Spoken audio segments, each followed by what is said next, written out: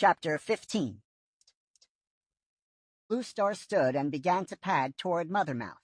Tiger Claw walked beside her, matching her strides step for step. "Come on, Ravenpaw!" called Graypaw. Ravenpaw was still sitting on the rock, staring up at the rocks. At Graypaw's mew, he stood and began to follow slowly. Firepaw realized his friend had hardly said a word the whole journey. Is he just worried about ShadowClan, or is there something else troubling him? Firepaw wondered. It took the cats only a few moments to reach Mothermouth. Firepaw stood on the threshold and peered inside. The blackness beyond the stone archway was darker than the cloudiest night. Firepaw narrowed his eyes, trying to see where the tunnel led, but he couldn't see a thing. Beside him, Graypaw and Ravenpaw craned their heads nervously around the entrance. Even Tiger Claw seemed unsettled by the black hole ahead of them. "How will we find our way in such darkness?" he asked. "I will know the way," answered Blue Star. "Just follow my scent. Ravenpaw and Graypaw, you will remain on guard outside. Firepaw, you will accompany me and Tiger Claw to the Moonstone." Firepaw felt a thrill jolt through him. What an honor! Firepaw glanced sideways at Tiger Claw. The warrior sat with his chin boldly raised, but Firepaw could detect a subtle fear scent coming from him. It grew stronger as Blue Star stepped forward into the blackness. Tiger Claw shook his mighty head and padded after Blue Star. With a brief nod to the other apprentices, Firepaw followed. Inside the cave, his eyes still detected nothing. The complete and utter blackness felt strange, but he was surprised to find that he wasn't frightened. His eagerness to discover what lay ahead was stronger. The cold, damp air reached through his thick fur and into his bones, stiffening his muscles. Even the coldest nights did not hold the same chill as the air here. "This ground has never known the warmth of the sun," thought Firepaw, feeling the rock smooth like ice beneath his paws. Freezing air filled his lungs with each breath, until he felt lightheaded. He followed Blue Star and Tiger Claw through the darkness, judging his way by scent and feel alone. They were walking along a tunnel that sloped down and down, winding first one way and then the other. Firepaw's whiskers brushed the side of the cave, telling him where to walk and where to turn. His nose told him that Blue Star and Tiger Claw were only a tail length ahead of him. On and on they went. "How far have we come?" Firepaw wondered. Then he felt a tingle in his whiskers. The air in his nostrils seemed fresher than before. He sniffed again, relieved to smell the familiar world above. He could smell peat and prey and the scent of heather. There must be a hole somewhere in the roof of the tunnel. "Where are we?" He mewed into the darkness. "We have entered the cavern of the Moonstone," came Blue Star's soft reply. "Wait here. It will be moon-high soon." Firepaw folded his hind legs under him on the chilly stone floor and waited. He could hear the steady breathing of Blue Star and the more rapid, fear-scented panting of Tiger Claw.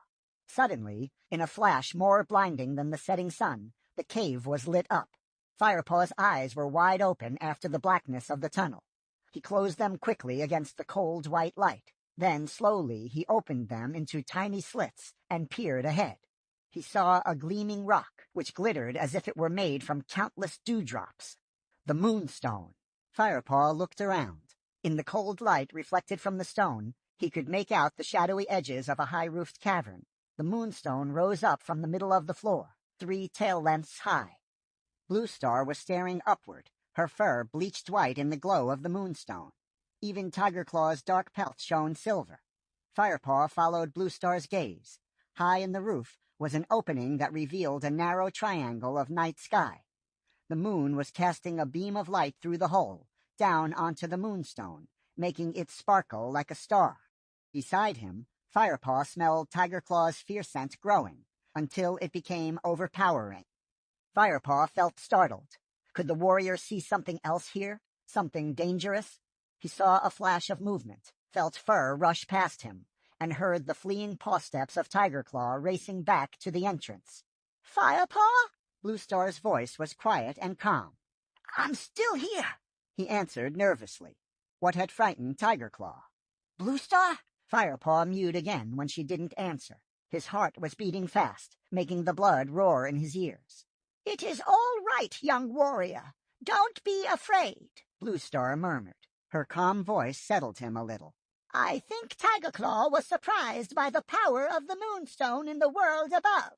Tigerclaw is a fearless and mighty warrior, but down here, where the spirits of StarClan speak, a cat needs a different kind of strength. What do you feel, Firepaw? Firepaw sniffed the air deeply and forced his body to relax. Only my own curiosity, he admitted. That is good, Bluestar replied. Firepaw looked back at the moonstone. His eyes had gotten used to its light, and he was no longer dazzled.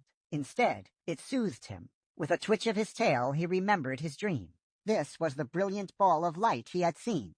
Spellbound, Firepaw watched as Bluestar padded up to the stone and lay down beside it.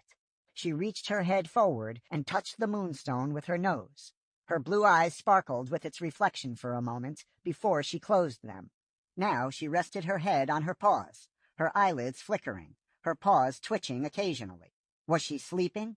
Then Firepaw remembered Graypaw's words. New leaders have to sleep near the stone, and as they sleep, they have special dreams. He waited. The chill was not so intense here, but still he found himself shivering. He had no idea how much time had passed, but suddenly the rock stopped glowing. The cavern was plunged into darkness once more. Firepaw looked up to the opening in the roof of the cavern. The moon had passed on, out of sight. All that remained were tiny stars shimmering in blackness. Firepaw could just make out the pale shape of his leader, lying beside the moonstone. He wanted to call out her name, but did not dare break the silence. After more endless moments, she spoke to him. Firepaw, are you still there? Her voice sounded remote and agitated. Yes, Bluestar. Firepaw heard Bluestar's paw steps approaching. Hurry, she hissed. He felt her fur brush past him. We must return to camp.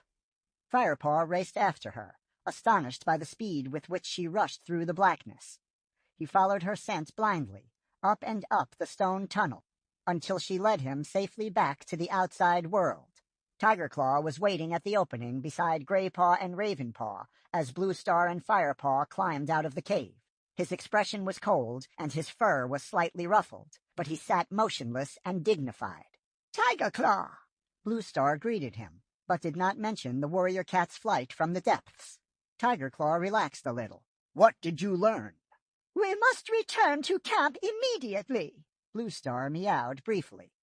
Firepaw saw a look of desperation in his leader's eyes. Now the horror of his dream forced its way back into his memory. The fleeing cats, the great dark warriors, the ear-splitting wail of distress.